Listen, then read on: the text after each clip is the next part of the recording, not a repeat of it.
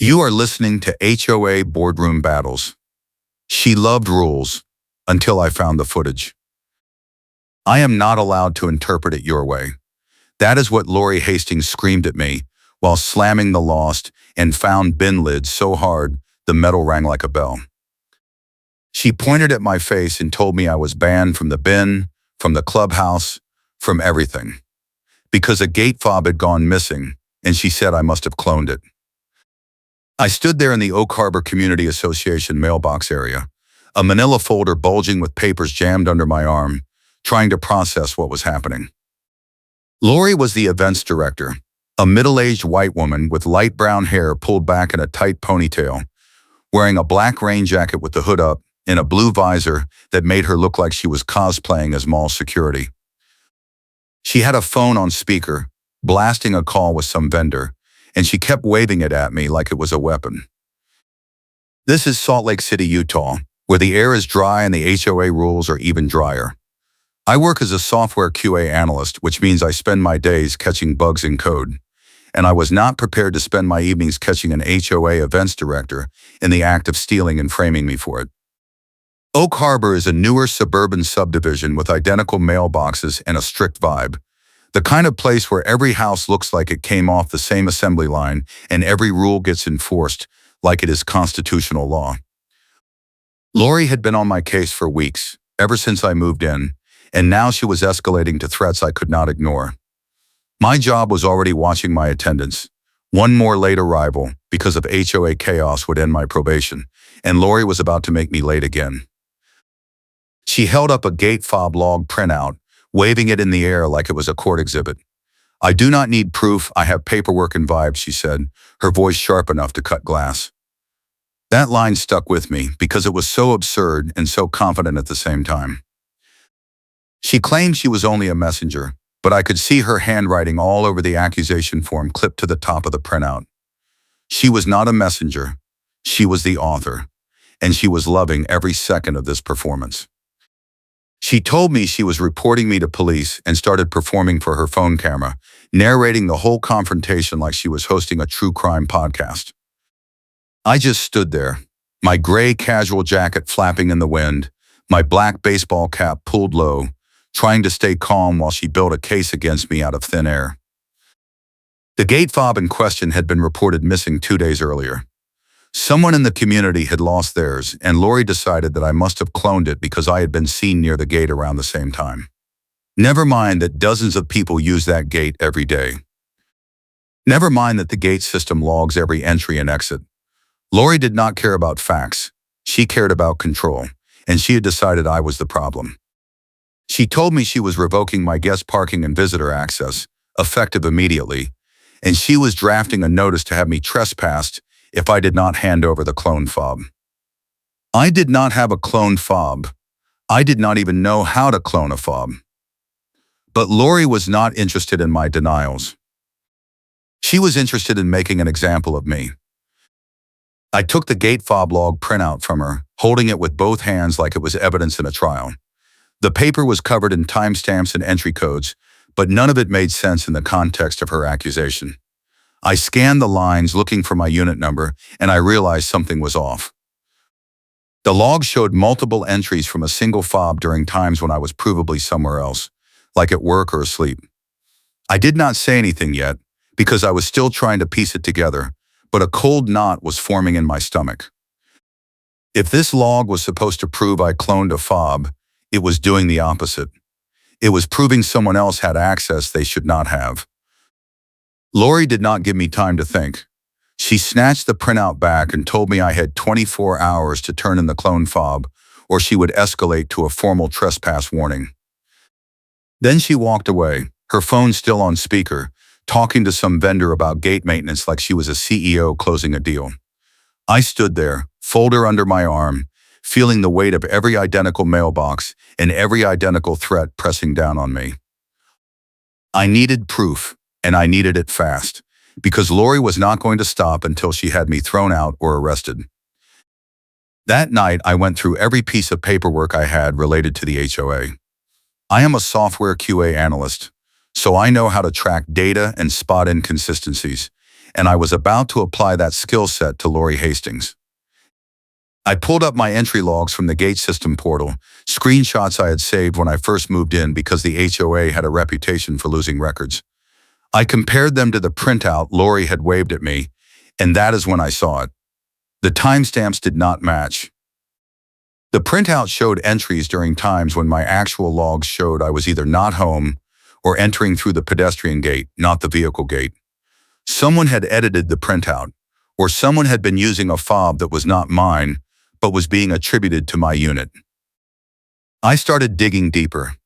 I requested my own copy of the full gate log from the management company Oak Harbor Community Association Management, and they told me it would take 5 business days. I did not have 5 business days. I had 24 hours before Lori escalated, and I could already feel my job slipping away because I was spending my evenings fighting an HOA vendetta instead of sleeping. I needed an ally, someone inside the system who could help me move faster, and that is when I thought of the receptionist at the management office. Her name was Claire, a quiet woman in her 50s who had always been polite when I dropped off paperwork. I decided to take a chance. The next morning, I showed up at the management office before work. Claire was at the front desk, sorting through a stack of identical letters in matching envelopes. No readable text visible, just the Oak Harbor logo stamped on each one. I told her I needed the full gate log, and I explained what Lori had accused me of. Claire looked at me for a long moment, then glanced over her shoulder toward the back offices. She leaned in and said quietly that Lori had been requesting a lot of gate logs recently, and that she had been asking for specific date ranges that did not match any official complaints. Claire said she could not give me the full log without manager approval, but she could print the correct form for a records request and expedite it if I filled it out right there. She slid the form across the counter, and I filled it out in under 2 minutes. Claire took it, stamped it, and told me to come back at lunch. I went to work, but I could not focus. My manager had already pulled me aside twice about missed deadlines, and I knew one more slip would end my probation. I kept checking my phone, waiting for a call from Claire or an email from the management company. Nothing. At lunch, I drove back to the office. Claire was waiting for me. She handed me a folder, no readable text on the outside, just a plain manila folder identical to the one I had been carrying. Inside was the full gate log, every entry for the past 3 months, and a second printout that showed fob activations by serial number instead of by unit. Claire told me, very quietly, that serial number 0037 had been used during most of the times Lori claimed I was cloning access. She told me to check who that fob was issued to. Then she told me to leave before anyone saw me. I sat in my car in the parking lot and opened the folder. The fob serial number 0037 was issued to Lori Hastings. I stared at the page, my brain catching up to what I was seeing. Lori had been using her own fob to access the gate during times when she claimed someone else was cloning access.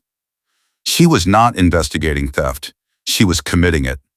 And she was using the gate logs to cover her tracks and frame me. I felt a cold clarity settle over me, the same clarity I get when I find a critical bug in production code. This was not just an HOA power trip. This was theft, and I had proof. I took a photo of the serial number page with my phone. Then I took a photo of the full gate log, and then I took a photo of the printout Lori had given me with the mismatched timestamps. I saved everything to cloud storage, backed it up twice, and sent copies to my personal email. I was not going to let this evidence disappear. Then I went back to work and forced myself to finish my shift. Because I needed my job, and I needed to stay employed long enough to see this through. That evening, Lori showed up at my front door with a printed packet. She brought a printed packet and read selected lines out loud to shame me, her voice dripping with fake authority. She stood on my porch, black rain jacket zipped up, blue visor casting a shadow over her eyes, and she held the packet like it was a legal document. She read lines about unauthorized gate access, about suspicious activity, about failure to comply with HOA requests. She paused after every line, waiting for me to react, performing for an invisible audience. I stayed in the doorway, arms crossed, manila folder tucked under one arm, and I let her finish. When she was done, I asked her if she had checked the fob serial numbers. She blinked. She asked me what I was talking about. I told her I had requested the full gate log, and I had found some interesting patterns. Her face went pale. She told me I was not allowed to request records without board approval. I told her the management company had a legal obligation to provide records to homeowners, and I had followed the correct process. She told me she was documenting everything, her catchphrase, and she turned and walked away, her phone already out, already making a call. The next day, I got an email from the management company.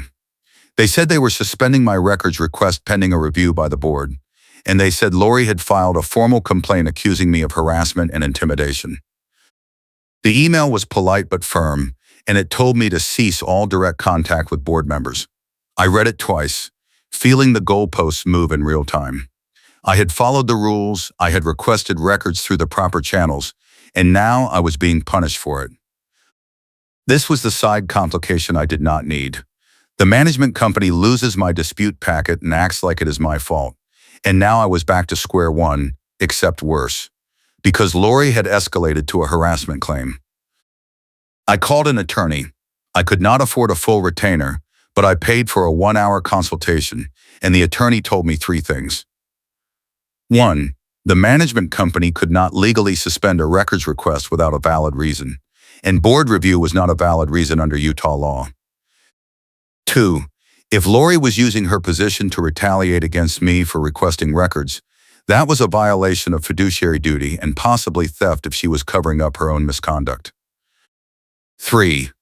I needed to document everything, get witnesses, and be prepared to file a formal complaint with the state if the HOA did not resolve this internally.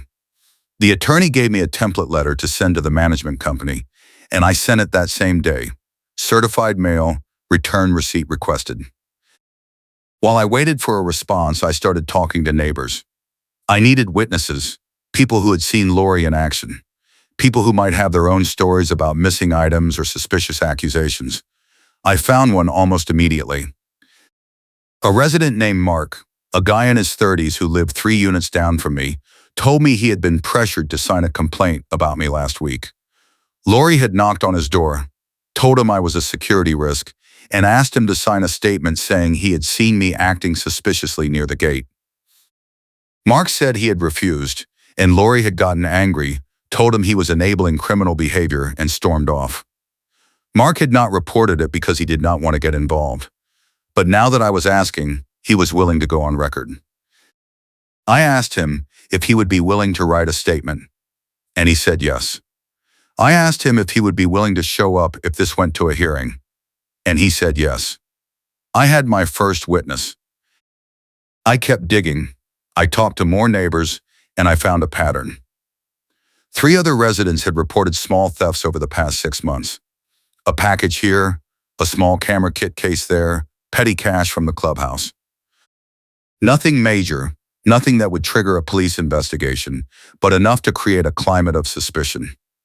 And every time, Lori had been the one to report the theft, the one to investigate, and the one to close the case with no resolution.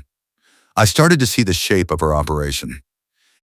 She was not just framing me for the gate fob, she was running a long con, stealing small items and using her HOA position to cover it up. And when someone got too close, like me, she would accuse them first, bury them in process, and move on. The management company responded to my attorney letter 3 days later. They reinstated my records request and sent me the full gate log, along with a terse note saying they were reviewing the harassment complaint and would respond within 10 business days. I had the log, I had the fob serial numbers, and I had witnesses. Now I needed to tie it all together in a way that would force a public reckoning, because I knew Lori was not going to go down quietly. And I knew the HOA board would protect her unless I made it impossible for them to ignore the evidence. I decided to email the proof to homeowners right before the confrontation so it could not be buried. I drafted an email with the gate log screenshots, the fob serial number page, and a timeline showing every theft and accusation that matched Lori's access patterns. I included witness statements from Mark and 2 other neighbors. I wrote a short summary at the top, professional and factual. No emotion, just data. Then I saved it as a draft and waited for the right moment. The right moment came 2 days later. Lori called an emergency meeting at the clubhouse, announced in the neighborhood group chat with less than 24 hours notice. The subject line said security incident review, and the message said attendance was mandatory for all residents involved in recent complaints. I knew it was a trap. I knew she was planning to ambush me in front of the board and force a public confession or a trespass warning. But I also knew it was my chance to flip the script. I hit send on the email to all homeowners at 4 p.m., 1 hour before the meeting, and I included a note at the bottom saying I would address all questions in person at the clubhouse that evening. I showed up early. The clubhouse was a bland beige room with folding chairs arranged in rows, a folding table at the front, and a projector screen that had not been used in years. Lori was already there, setting up her laptop, arranging a stack of identical letters and matching envelopes on the table. No readable text visible, just the Oak Harbor logo. She saw me walk in and her face went tight. She told me I was not allowed to be there, that this was a closed session. I told her the meeting notice said attendance was mandatory, and I was complying. She told me she was documenting everything, her catchphrase again, and she pulled out her phone and started recording. I sat down in the front row and waited. Residents started filing in. Some of them looked confused, some looked annoyed, and a few looked at me with something like sympathy. Mark sat down next to me, and two other neighbors who had signed witness statements sat in the row behind me. Lori stood at the front table, arms crossed, waiting for the room to fill. When it was clear no one else was coming, she started. She said the community was facing a serious security breach, that gate fobs had been cloned, that packages had gone missing, and that she had identified the source of the problem. She pointed at me. She said I had been caught on camera acting suspiciously, that I had requested records in bad faith, and that I had intimidated board members. She said she was recommending an immediate trespass warning and a referral to local law enforcement. I let her finish. Then I stood up. I asked her if she had checked the fob serial numbers in the gate log. She said she had reviewed all relevant evidence. I asked her if she had checked serial number 0037. The room went quiet.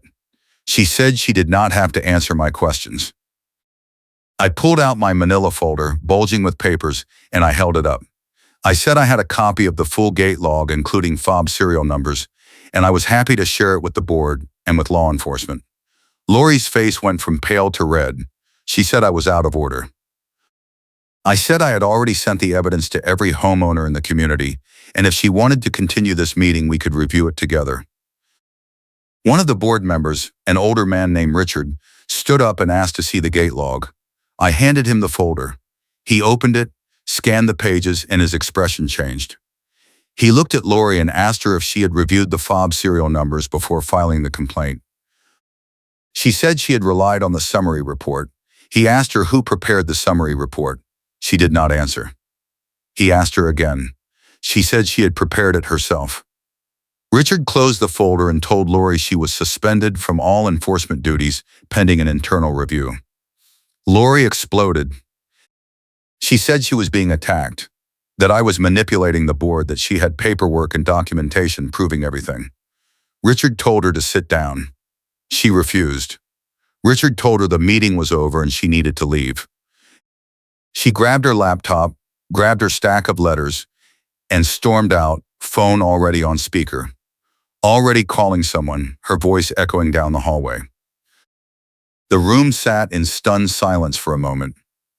Then Mark stood up and said he wanted to add a statement.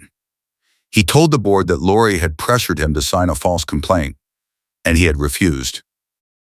Another neighbor stood up and said Lori had accused her teenage son of stealing petty cash from the clubhouse, but the son had been at school when the theft occurred. A third neighbor stood up and said a package had gone missing from his porch, and Lori had been the one to report it, but the package had later turned up in the clubhouse storage closet, opened and empty. The stories kept coming, and with each one, the shape of Lori's operation became clearer. She had been stealing, framing, and intimidating residents for months, and she had used her position as events director to cover it all up. Richard called an emergency board vote on the spot. The board voted unanimously to suspend Lori from all HOA duties, to launch a formal audit of clubhouse finances and missing items, and to refer the matter to local law enforcement. Richard also voted to rescind all complaints and warnings against me, effective immediately. He apologized, on behalf of the board, for the harassment I had endured. I accepted the apology, but I did not feel relief yet, because I knew Lori was not going to accept this quietly. The next morning, I got a call from a deputy with the Salt Lake City Police Department.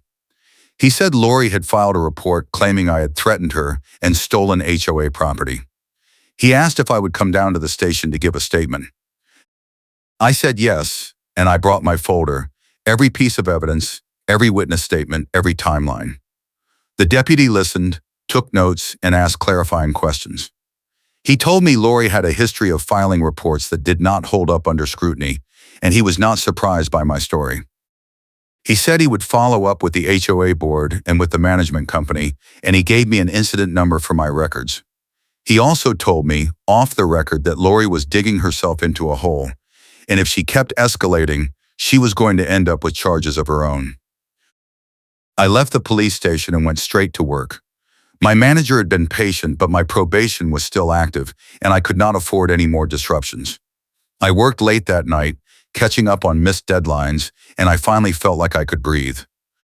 The HOA had backed down, the police were involved, and I had a paper trail that would protect me if Lori tried to retaliate again. But I was not done yet. I wanted consequences. I wanted everyone to see what she had done. If you are enjoying this story, hit that like button and subscribe for more tales of HOA tyrants getting what they deserve. The opportunity came a week later. The management company scheduled a formal hearing to review the audit findings and to determine next steps for Lori's suspension. The hearing was open to all homeowners, and I made sure every neighbor I had talked to knew about it. I also made sure the local news knew about it, because Oak Harbor Community Association was a big subdivision, and a story about an HOA director stealing from residents and framing them was exactly the kind of thing that would get picked up. I sent a tip to a local reporter along with a summary of the evidence and a link to the gate logs I had posted online. The reporter called me the next day and asked if I would go on camera. I said yes. The hearing was held at the management office, in a conference room barely big enough for the board, the attorney, and the handful of residents who showed up. Lori was there, sitting in the back row, arms crossed, black rain jacket still on, blue visor still perched on her head like armor. She looked furious. The board presented the audit findings. Petty cash was missing from the clubhouse account, nearly $2,000 over 6 months. A small camera kit case had been found in Lori's car during a walkthrough. Gate logs showed her fob had been used during times when thefts were reported, and in at least 3 cases the timestamps matched delivery notifications for packages that later went missing. The evidence was overwhelming. Lori stood up and tried to defend herself. She said the audit was biased, that the board was retaliating against her for enforcing rules, that I had manipulated the gate logs and coached witnesses. She said she was documenting everything, her catchphrase "one more time," and she held up her phone like it was a shield. Richard, the board member who had suspended her, told her to sit down and stop recording. She refused. Richard told her she was in violation of meeting conduct rules, and she needed to leave. She said she had a right to defend herself. Richard called building security. 2 guards appeared in the doorway and escorted Lori out. She screamed the entire way, repeating that she was documenting everything, that this was illegal, that they would all regret this. The door closed behind her, and the room exhaled. The board voted. Lori was removed from all HOA positions, banned from holding any future board or committee roles, and referred to law enforcement for prosecution. The board also voted to reimburse residents for stolen items and to implement new financial controls to prevent future theft. Richard read the resolution out loud, and when he finished, he looked at me and said the community owed me an apology and a debt of gratitude. I nodded, but I did not say anything, because I was not interested in speeches. I was interested in making sure Lori faced consequences. The local news story ran that evening. The reporter interviewed me, the board president, and two other residents.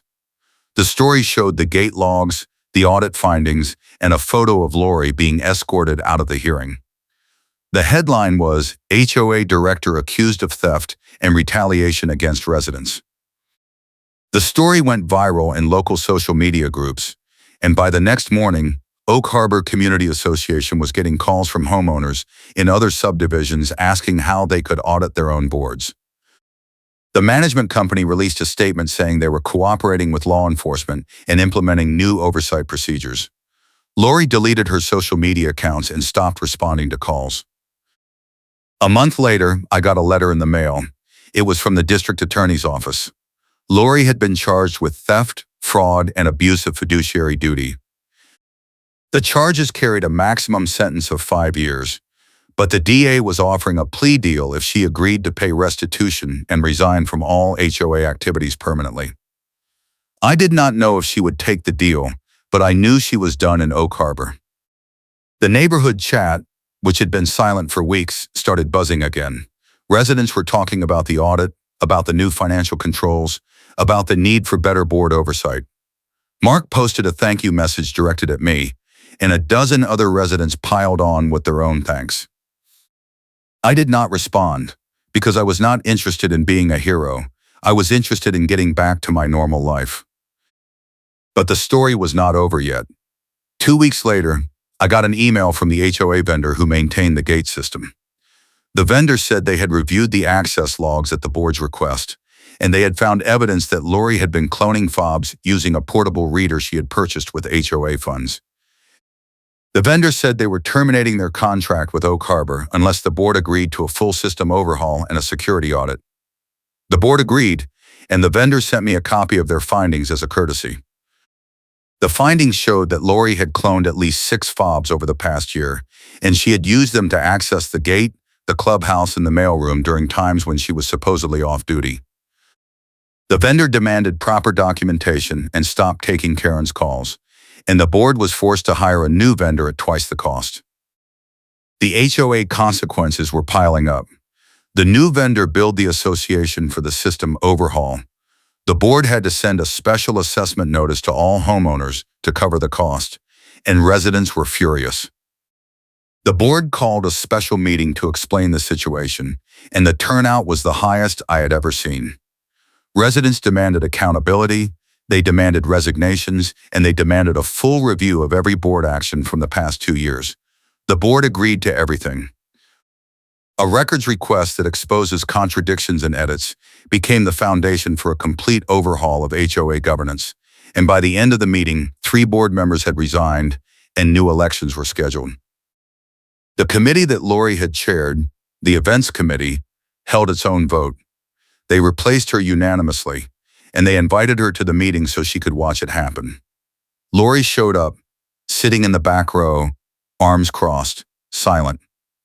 When the vote was called, every hand went up except hers. The new chair was elected, and Lori stood up and walked out without a word. It was the quietest exit she had ever made, and it was the most satisfying moment I had witnessed in months. In the final confrontation, I returned to the security office window where Lori had first tried to demand action against me. This time, I was the one with the clipboard, the one with the evidence, the one with the witnesses. I handed the security guard a copy of the full audit report, the gate logs, and the vendor findings.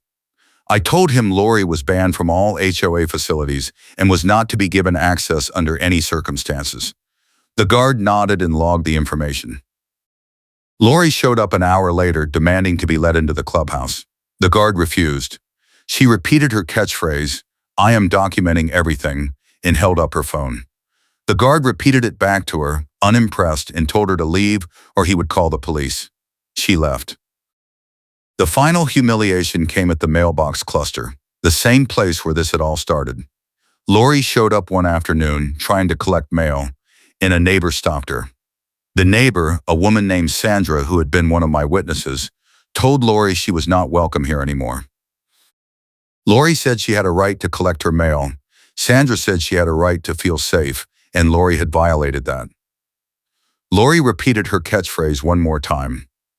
Sandra repeated it back to her, unimpressed, and told her to leave. Lori stood there for a moment, phone in hand, and then she turned and walked away. I watched from my front window, manila folder still tucked under my arm, and I felt the weight lift. My job stabilized. My manager took me off probation and gave me a small raise for the work I had caught up on. My attendance was perfect for 2 months straight, and I finally felt like I could focus on my career instead of fighting an HOA vendetta. Oak Harbor Community Association hired a new management company, implemented new financial controls, and passed a rule requiring board members to undergo background checks and ethics training. The neighborhood chat, which had been a minefield of accusations and drama, became a place for actual community discussion. Residents started organizing social events again, and the clubhouse, which had been a symbol of Lori's control, became a place people actually wanted to visit.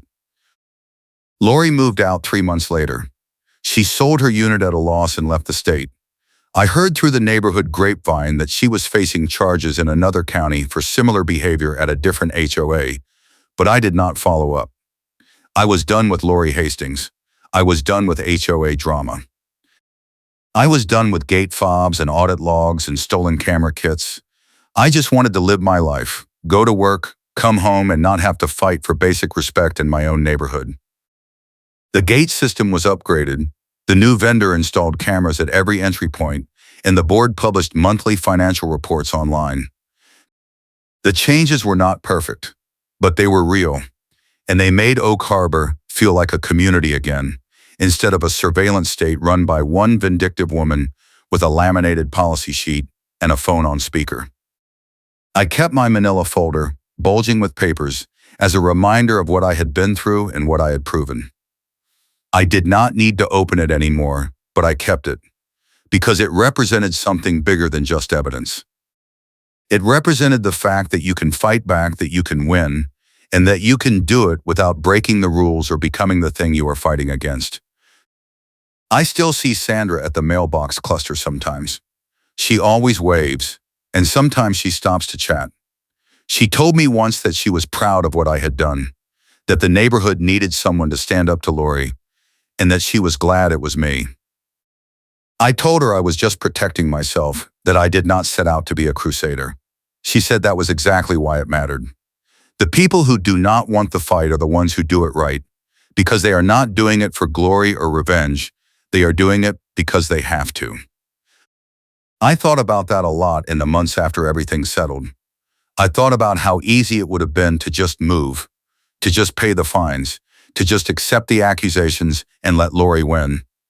But I did not, and that made all the difference. The Oak Harbor Community Association is not perfect, but it is better. The board is more transparent, the residents are more engaged, and the rules are applied evenly instead of selectively. Lori is gone, her consequences are real, and the neighborhood has moved on. I moved on too. I kept my job, I kept my home, and I kept my dignity. And every time I drive through the gate, I see the new cameras, the new vendor logo, and the new sign that says all residents welcome. And I remember what it took to make that sign mean something. Thanks for watching, and I hope the rest of your day is peaceful.